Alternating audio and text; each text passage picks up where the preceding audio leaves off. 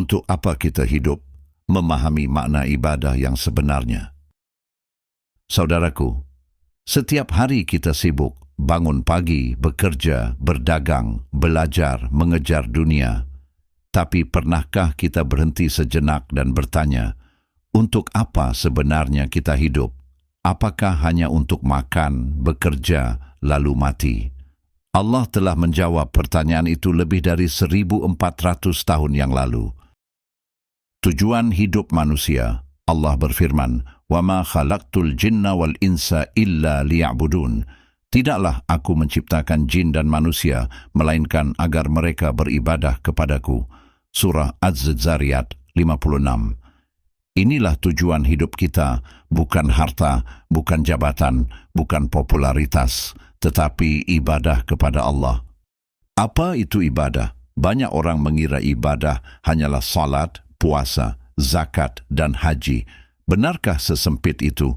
Tafsir Salaf Abdullah ibnu Abbas menafsirkan ayat ini, illa liyuwahiduni, kecuali agar mereka mentauhidkanku.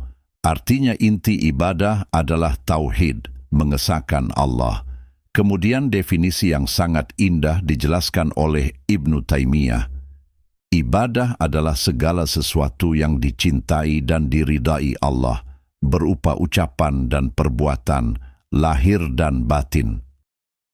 Artinya, syalat adalah ibadah, puasa adalah ibadah, berzikir adalah ibadah, tetapi juga bekerja mencari nafkah halal adalah ibadah, berbakti kepada orang tua adalah ibadah, menuntut ilmu adalah ibadah, bahkan tidur bisa menjadi ibadah jika diniatkan agar kuat beribadah.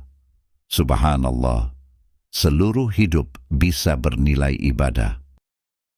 Definisi ibadah adalah segala sesuatu yang dicintai dan diridai Allah, baik berupa perkataan, perbuatan lahir maupun batin, yang didasarkan pada dalil syar'i, Al-Quran dan Sunnah.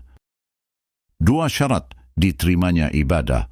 Agar ibadah diterima Allah, ada dua syarat mutlak. Satu, ikhlas. Allah berfirman, وَمَا أُمِرُوا إِلَّا لِيَعْبُدُوا اللَّهَ مُخْلِصِينَ لَهُ الدِّينَ. Quran Surah Al-Bayyinah ayat 5. Rasulullah SAW bersabda, sesungguhnya amal itu tergantung niatnya. Hadis Bukhari dan Muslim. Kalau kita salat agar dipuji, sedekah agar disebut dermawan, dakwah agar terkenal, maka itu bukan untuk Allah, dan amal tanpa ikhlas sia-sia. 2. Sesuai sunnah Nabi SAW, Rasulullah SAW bersabda, barang siapa mengada-adakan dalam urusan kami ini sesuatu yang bukan darinya, maka ia tertolak. Hadis Bukhari dan Muslim. Ibadah tidak boleh berdasarkan perasaan, tidak boleh berdasarkan mimpi, tidak boleh berdasarkan tradisi semata. Harus sesuai contoh Nabi SAW. Imam Ahmad ibnu Hanbal berkata, pokok sunnah menurut kami adalah mengikuti apa yang dipegang para sahabat. Sunnah adalah segala sesuatu yang bersumber dari Nabi Muhammad SAW, meliputi perkataan, qauliyah, perbuatan, fi'liyah, ketetapan, takririyah, serta sifat fisik maupun akhlak beliau. Ibadah bukan hanya ritual, saudaraku. Ibadah bukan hanya di masjid. Ibadah bukan hanya saat Ramadan. Allah berfirman, Qul inna salati wa nusuki wa mahyaya wa mamati lillahi rabbil alamin. Katakanlah, sesungguhnya salatku, ibadahku, hidupku, dan matiku hanyalah untuk Allah. Quran Surah Al-An'am ayat 162. Hidup kita harus untuk Allah, makan untuk Allah, bekerja untuk Allah, mendidik anak untuk Allah. Inilah makna ubudiyah sejati. Tingkatan ibadah.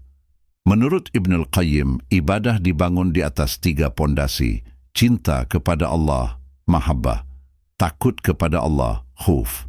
Harap kepada Allah, roja. Jika hanya takut, hati keras. Jika hanya harap, bisa meremehkan dosa. Jika hanya cinta tanpa syariat, bisa tersesat. salaf menggabungkan ketiganya.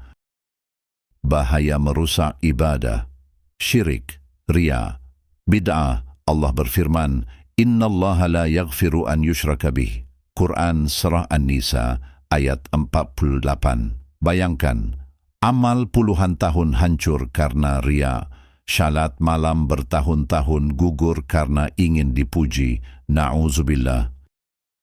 Contoh praktis ibadah sehari-hari, bangun pagi membaca doa, syalat subuh berjamaah, bekerja dengan jujur, menjaga lisan dari ghibah, membantu sesama, membaca Al-Quran walau 1 halaman, tidur dengan niat bangun tahajud, semua bisa bernilai ibadah. Masalahnya bukan kita tidak punya waktu, masalahnya niat kita kemana? Renungkan, saudaraku. Suatu hari nanti kita akan mati. Kullu nafsin dha'iqatul maut. Quran Surah Ali Imran ayat 185. Dikubur, yang ditanya bukan saldo rekening, bukan jumlah followers, bukan jabatan. Yang ditanya siapa Rabbmu, apa agamamu, siapa nabimu. Dan jawabannya bukan sekadar hafalan, jawabannya adalah hasil dari ibadah yang kita jalani. Sebagai penutup, mari kita luruskan niat, mari kita jadikan hidup ini ibadah, mari kita kembali kepada tauhid dan sunnah, karena hidup ini singkat, akhirat itu kekal. Semoga Allah menjadikan kita hamba-hamba yang benar-benar beribadah kepadanya. Amin.